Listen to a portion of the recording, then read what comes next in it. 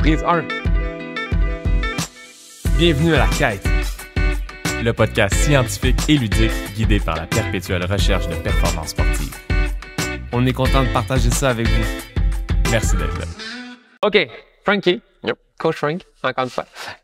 On parle de core aujourd'hui. Ouais. Le fameux core que beaucoup de gens croient être les abdominaux. Mm-hmm. Je veux juste qu'on aille en détail là-dedans parce que c'est un groupe de muscles tellement important à comprendre. Si on veut bien travailler notre core, tighter core. Mm-hmm. Si on veut bien faire ça, il faut comprendre la mécanique derrière. Fait qu'on va aller un petit peu en détail là-dedans. Juste me parler aussi de pourquoi on veut que le core soit renforcé, comment c'est transférable, prévention de blessures, peu importe. Mm-hmm. Fait que parle-moi un peu, c'est quoi le core? Qu'est-ce que ça mange en hiver? Parfait. Le core mange en hiver des petits pinsons. Non, pas. Le core, c'est un ensemble de groupes musculaires qui, généralement, s'attachent à la colonne vertébrale. C'est souvent un grand rectangle qui exclut tes bras, ton cou, puis le bas de tes hanches. En fait, qui exclut tes jambes. C'est vraiment le cylindre de ton tronc. Et non juste la partie Et non juste la partie visible dans le miroir, exactement. Okay. Et donc, dans cette grande famille-là, comporte les obliques, internes et externes. Donc, c'est une espèce de pattern en X de chaque côté. Tu as ton grand droit de l'abdomen, les abdos que les gens connaissent. Ton muscle transverse qui est sous ces couches-là, donc qui est quand même assez profond. Puis après ça, tu as ton dos, donc multifide, érecteur du rachis, même le grand dorsal, les lats, il est inclus dans le core. Tu as des fléchisseurs de hanches, les psoas. Puis après ça, selon à qui tu demandes, des fois, tu as certains muscles stabilisateurs de l'épaule qui vont aussi aider dans ta posture. Okay. Donc, et même, tu sais, trapèze, rhomboïde et autres. Fait que le grand cylindre du tronc est généralement conceptualisé dans le core. Okay. Donc, c'est vraiment un grand ensemble de muscles qui font plusieurs actions. Ils font pas juste de la flexion, tu sais. Donc, puis il y a certains auteurs qui suggèrent que si on se fie à l'anatomie des muscles du tronc, ça indique comment s'entraîner. À savoir, ils sont capables de faire des rotations, de la flexion, de l'extension. Donc, on devrait entraîner tous ces patrons de mouvement-là et pas juste la flexion. Et aussi, évidemment, ça fait l'isométrie, ça stabilise la colonne vertébrale lorsqu'elle est en tension. Ça, c'est sûrement l'action la plus importante du corps et c'est probablement celle qui est le moins bien entraînée. D'où l'importance de faire des mouvements qui sont des anti-rotations, anti-flexion. Exactement. Tu me parles un peu des catégories de comment travailler les angles de tout le corps. Comment on fait ça? Ben, tu sais, tu as parlé d'anti-rotation, anti-flexion, puis c'est souvent comme ça que c'est instinctif de conceptualiser l'entraînement du corps. Ce que je veux dire par là, c'est tu vas essayer de cocher les 4 grandes cases. Mm-hmm. Anti-flexion, anti-rotation, anti-extension, puis bracing, l'aspect de compression de la cage thoracique. Tu sais. Donc, on peut aller un petit peu plus loin dans les sélections d'exercices si tu veux, mais au fond, je pense que de savoir qu'un entraînement du tronc complet, c'est un entraînement qui t'amène à faire ces 4 grandes familles de mouvements-là. De résister à la flexion, de résister à l'extension et de résister à la rotation. Donc ça, c'est les 3 anti qu'on a dit tantôt. Ainsi que l'isométrie d'être en mesure de forcer et de créer de la pression intra-thoracique pour protéger la colonne vertébrale dans des gestes comme un squat, un deadlift, de l'haltérophilie, des sauts, par exemple. On veut être en mesure de garder le tout au bon endroit. Puis si j'arrive à cocher les 4 catégories dans ma semaine, qu'est-ce qui est bénéfique? Pourquoi le faire? Il y a vraiment beaucoup d'aspects. Généralement, le tronc, c'est la courroie de transmission des forces du corps humain. Donc, si par exemple, je pense à des athlètes, mettons, de kayak, ben ça part de leurs pieds. Tu sais, leurs pieds sont attachés dans leur canot, dans leur kayak, pardon. Puis là, ils vont mettre de la tension, puis là, ils vont donner un coup de pagaie, puis ce qui transmet la force du pied à la main, c'est tout le tronc, c'est le corps. Dans la plupart des gestes sportifs, le corps est responsable de soit générer de la force ou résister à la déformation pour que la force soit transmise à l'objet. Fait que, par exemple, un swing de baseball ou un swing de golf, ben ça part des jambes, ça part des hanches, puis là, il y a tout l'aspect de swing et de rotation que le corps vient créer pour que, en bout de ligne, le bâton ait la plus grande vitesse de rotation possible. Donc, sans un corps qui est fort, une rotation rapide est impossible, par exemple. Si on parle d'isométrie, de contraction. Ouais. Tantôt, tu parlais que c'est très important de le travailler en isométrie pour qu'il n'y ait aucun mouvement, en fait, autant pour le deadlift que squat que juste dans un sport en tant que tel. Est-ce qu'il y aurait un bénéfice bénéfice, pas bénéfice, attention. Mais c'est encore mieux que bénéfice. Ouais, le bénéfice, ça torche. C'est très scientifique. À le travailler d'un point de vue d'une contraction, d'un excentrique. Ben, non. Je prends l'exemple, mettons, je vais travailler la partie plus oblique, peu importe, au lieu de faire des farmer walk avec un poids d'un côté pour travailler ma stabilisation, je vais venir faire des genres de... Je sais même pas ce qu'on le nom. Des side bends en anglais. Side bends, des crunch de côté. Ou qu'on voit classique, là, avec une plate de 45. Est-ce que ça m'aide à après pouvoir stabiliser dans un mouvement comme un squat, ou ça fait juste pas vraiment m'aider? C'est une bonne question. Ben, si je comprends bien ta question, tu dis, est-ce que si je travaille mes muscles en isolation, je contribue à la qualité de mon corps en général? En isolation et en faisant des contractions. Ah oui, je comprends ton point. Ça aide un peu, mais il y a vraiment un aspect patron moteur qui est vraiment important dans l'entraînement du corps, ou est-ce que s'il y a une raison pourquoi tu ferais tes side bends, tes crunch sur le côté, pour ton sport, je dirais oui. Mais sinon, le plus important, c'est de répliquer les actions sportives d'importance ou les mouvements pour lesquels tu es plus faible afin de venir améliorer la situation. Fait que si mon squat, quand je descends, je sens que mon corps me lâche un peu, exactement. Bas dos fait mal, j'arrive pas à garder une belle extension thoracique. Puis je fais de la flexion sur ballon. Ouais, exactement. Des bons vieux setup. À quel point ça, c'est transférable dans mon squat? Ben, c'est comme l'inverse de ce que tu veux faire. C'est pas une question. Je comprends la passe sur la palette. En fait, c'est tout l'inverse de ce que tu souhaites faire. Si ton dos s'affaisse, c'est que tu n'as pas les muscles pour retenir ce mouvement-là, parce que les muscles, ça ne fait que tirer, ça ne pousse pas. Donc, si ton dos s'affaisse vers l'avant, ça prend quelque chose pour te tirer vers l'arrière. Et donc, tout ça, c'est ta chaîne postérieure. Puis, on parlait de la définition du corps. Il y a les érecteurs du rachis, le bas du dos, tout ça, ça compte. Donc, tu vas vouloir créer l'adaptation souhaitée, de faire des redressements dorsaux, on va dire, plutôt que de faire des redressements assis de crunch. Tu vas vouloir utiliser toute ta chaîne postérieure dans ton dos dans une action qui te redresse, on va dire, pour améliorer ton squat. Donc, c'est souvent de partir de la problématique pour gérer l'entraînement du tronc. Par exemple, si tu as mal dans le dos, bien que tu as une bonne posture au deadlift, mais tu as mal dans le dos, bien là, on peut penser que soit que tu dois apprendre à mieux bracer, puis ça, je vais t'en parler dans une seconde, ou tu veux juste renforcer le bas de ton dos pour que ça soit moins sensible à la longue. Comme c'est niaiseux, mais être debout longtemps, là, c'est un entraînement de corps à la fois, parce que il y a bien des gens qui, pendant plus que 30 minutes, s'ils sont debout, leur bas de dos est en feu, tu sais. Puis ça veut dire que le tronc est vraiment pas assez fort. Donc, souvent, en tout cas, dans ma pratique personnelle, lorsqu'il est question de l'entraînement du tronc, je vais soit penser à la performance sportive, aux gestes que je veux améliorer, ou aux plaintes subjectives qu'ont les athlètes, les clients, pour me dire « Hey, telle affaire, ça me fait mal », ou tel mouvement, même dans le gym, ça me fait mal, ben là, ça m'améliore. C'est un indicateur de comment tu peux travailler le corps. Si on parle de bracing. C'est ça. Fait que ça, je pense que c'est un des aspects que je voulais le plus mettre de l'avant dans cet épisode-là, c'est apprendre à forcer des abdos. Parce que si tu écoutes n'importe quelle description d'exercice sur YouTube où tu vois des coachs travailler sur le plancher, les gens vont dire « brace your core » ou genre, surtout en anglais, là, « have a nice core, nice and tight ». Les gens vont dire ça, « nice and tight », tu sais. Ou en français, c'est juste comme « contracter les abdominaux ». Mais si tu fais juste contracter les abdominaux, tu ne crées pas autant de protection pour ta colonne vertébrale. Et tu te mets en flexion. Exactement. Contracter. C'est ça. Fait que ça, on veut essayer d'éviter ça. Pour mieux protéger la colonne vertébrale, ce qu'il faut faire, c'est apprendre à gonfler notre diaphragme, une espèce de créer un ballon dans le ventre pour ensuite créer une contraction musculaire autour de ce ballon-là qu'on va avoir créé pour augmenter notre pression thoracique. Fait que, grosso modo, ce qu'on va faire, c'est apprendre à respirer pour gonfler notre ventre, vraiment faire comme une bédaine, puis après ça, d'apprendre à forcer de nos muscles pour comprimer cette ballonne d'air-là. Puis ce que ça va faire, ça va rigidifier tout le tonneau du tronc, et là, tu vas être en mesure de faire un squat, un deadlift avec une meilleure posture et une protection de ton bas de dos, parce que c'est souvent ça l'enjeu là, pour le bas du dos. Je pense que j'aime mes clients qui braçaient trop, moi. Ouais. À l'inverse. OK. Genre qui respirait pas assez? Oui, mais qui fait la technique de bracing trop intense dans les deadlifts, dans les squats. Je pense peut-être par peur de se blesser, Sûrement. je sais pas.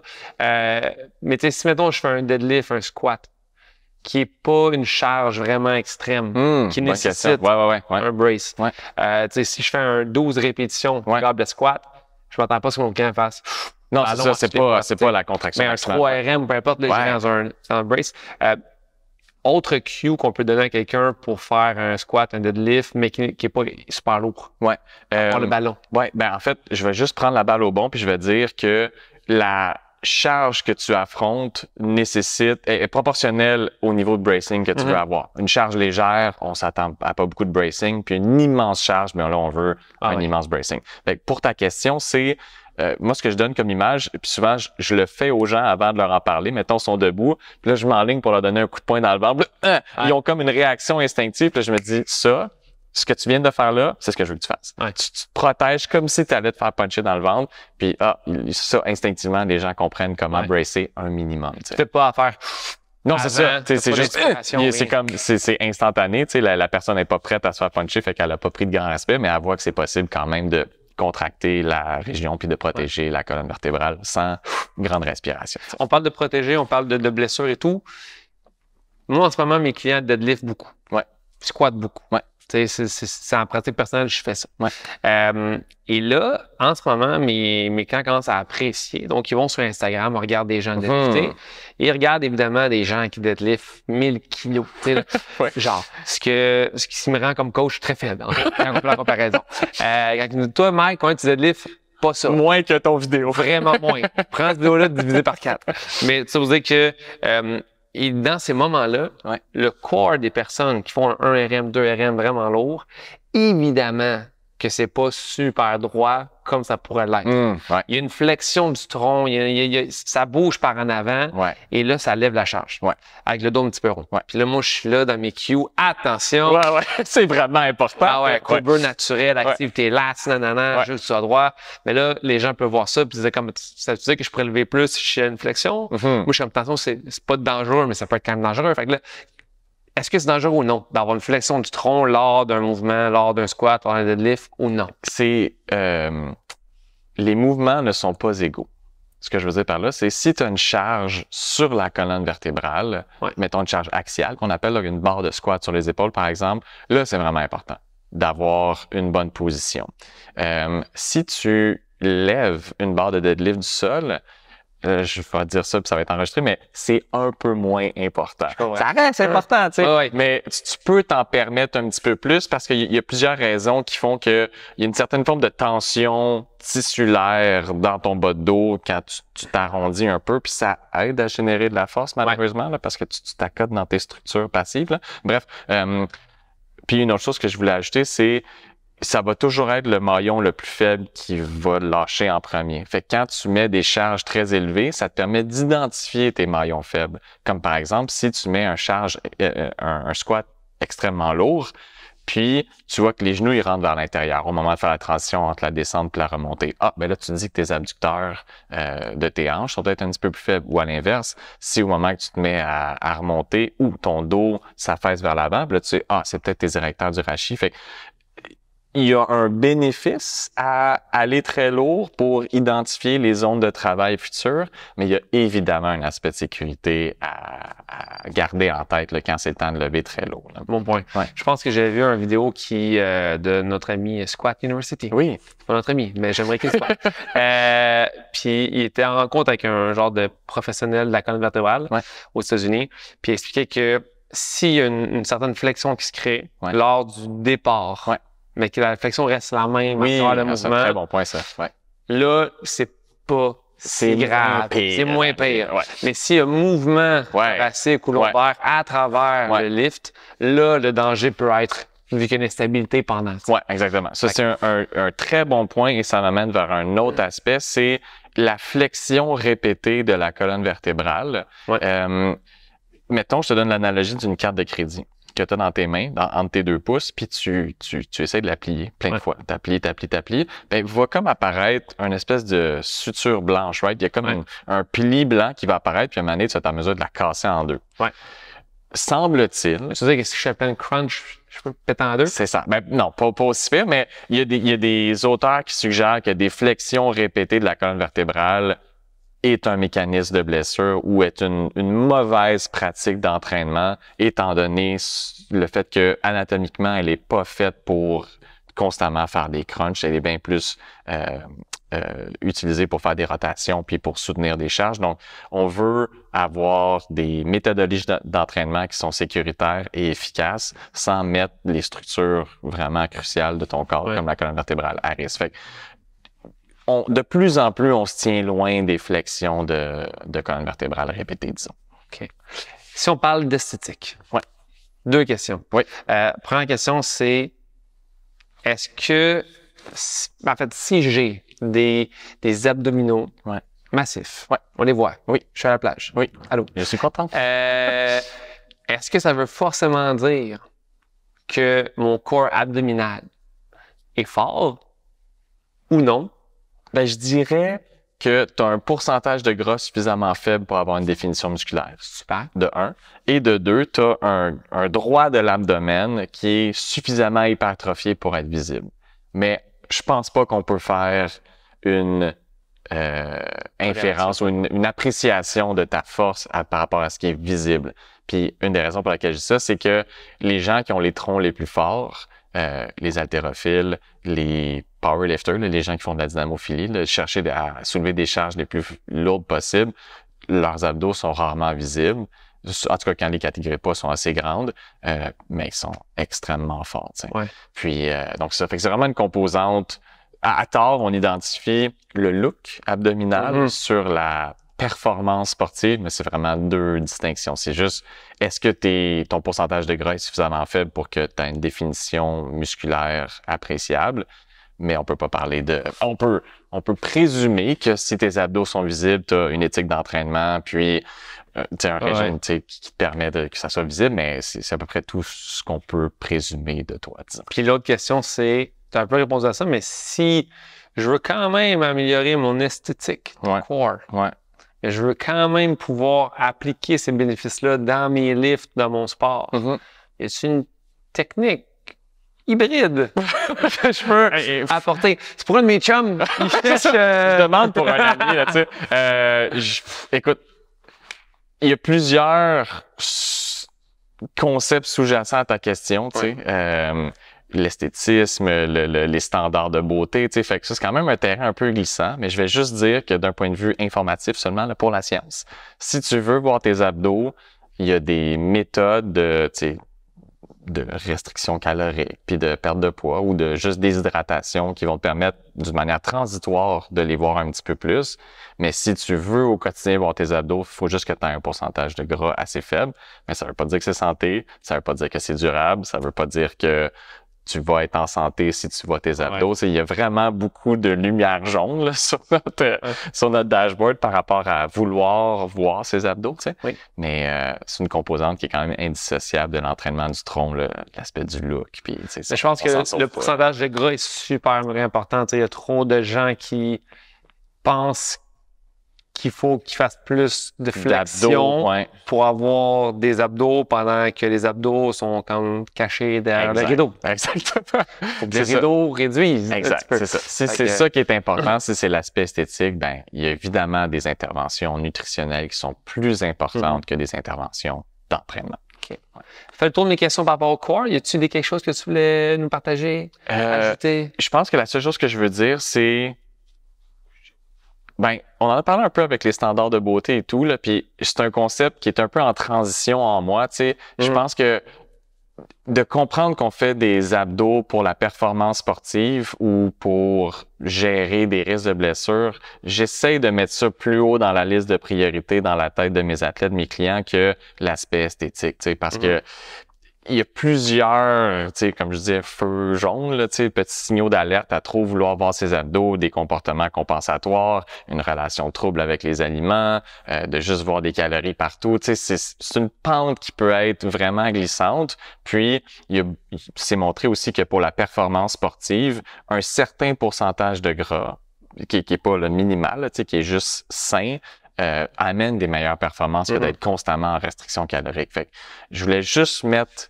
ces nuances-là parce que trop souvent, entraînement de core égale je veux voir mon six-pack, tu sais. J'essaie beaucoup plus de recadrer la conversation sur la performance puis la santé avant l'esthétiste. Super. Frank, c'était top. Merci.